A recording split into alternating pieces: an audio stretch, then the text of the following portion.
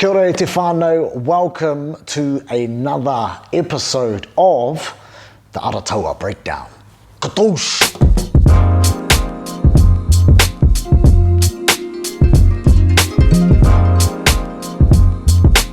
This week we are breaking down a show that we've actually just completed. Its roots were grounded in esports. Let's watch some Eke Panuku.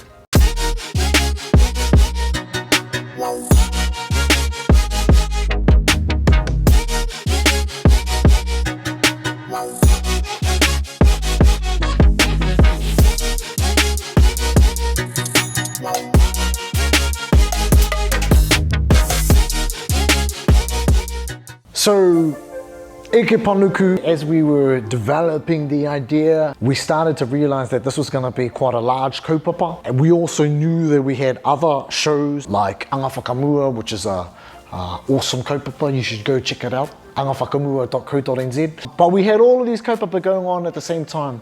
And what we found, Kahurangi and I, as Aotearoa directors, is that the bottleneck often happened with Kahurangi and I. Shit didn't get done, either too slow or we were across other things. Our minds were in too many different places. We needed to bring in more experience. We needed to bring in another producer. In walk in Renee. Ha tēnā tātou, he tūwharetoa, he apanui, he rarawa, he kahungunua hau, ko Renee i haia, tēnei e noho nei. Eke Panuku, it was scary. It was hard in the sense that it was my first time producing and first time wearing a lot of hats. It's one thing to know something, but to actually be doing it and being in the actual mahi is a total different ball game. Our first shoot day, one of the contestants didn't turn up, and that surprised me. I had met with all of the contestants in a Zoom prior to them coming to Rotorua.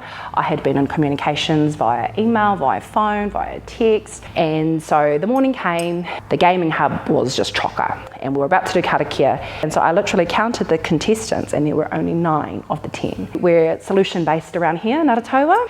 Peter walked through the door, he's the editor. Tēnā tātou e te iwi, ko Peter Miringaorangi tōku ingoa, no tai rāwhitia hau. I am the editor for Aotearoa. Had never met him before. I was late for work. Call time was, I think for me was 9 o'clock. I got to work I think about 9:30. I was like, Trooper, you're a gamer, eh? Hey mate, yeah, nice to meet you. Hey, so one of our contestants didn't show up. And then I'm like, okay, why are you telling me this information? And I said, can you be a contestant for today? We'll have to eliminate you off the show, but I need 10 contestants. Even though I had my job to do on the shoot as well, all of a sudden now I need to do both my editing job and a contestant on the show.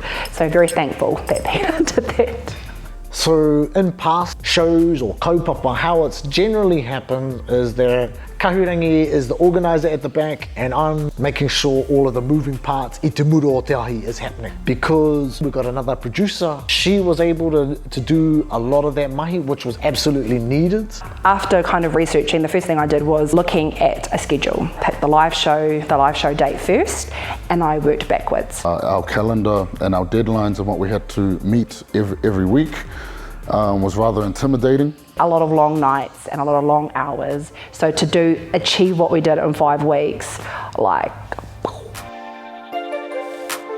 Learnings. Because Eke Panuku required effort and required energy and required aroha, that meant that 90% of Aotearoa was taken up on Eke Panuku, but what that meant was our other kaupapa that were going on at the same time were left just to Kahurangi and I. And the learning is that that's not sustainable. One thing that I found particularly hard was I knew everything and everything was within my brain and my head and I knew how it all works, but sometimes it's about soundboarding and it's about ensuring that other people understand where I'm coming from, and then if they have questions or if they don't understand something, it's about, oh, okay, cool, I need to refine that a bit more, and how can we make that better? How can we make that come across to the audience? We work on Final Cut Pro, so with the introduction of our NAS shared storage system, that made everything way faster.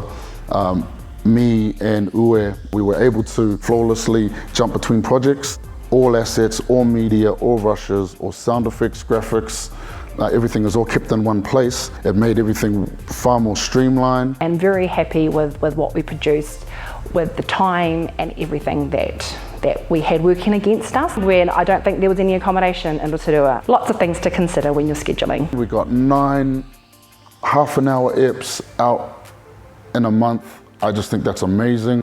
You know, what we've accomplished in that small time, I'm amazed and I'm proud. Now I can sit here and say, we got it over the line, we got it delivered.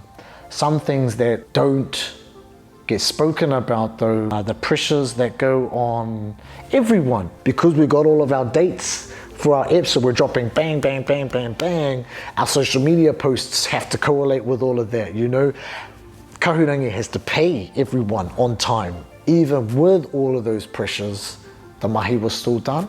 And the audience doesn't give a fuck about all of those pressures, really. It's just like kapahaka. No one cares if the leader was an asshole leading up to the stand. All they care is that he's got the meanest pukana and a mean voice on stage. Taku tino mihi ki te tīma o Aotearoa, I whakatutuki I tēnei kaupapa o Eke Panuku. I also want to have a big mihi to Dom, who won Eke Panuku. Gee, you are the man. To be fair, there were better gamers around, you know, but he just found a way. I was super proud of not only Dom, but all the contestants who came and took part.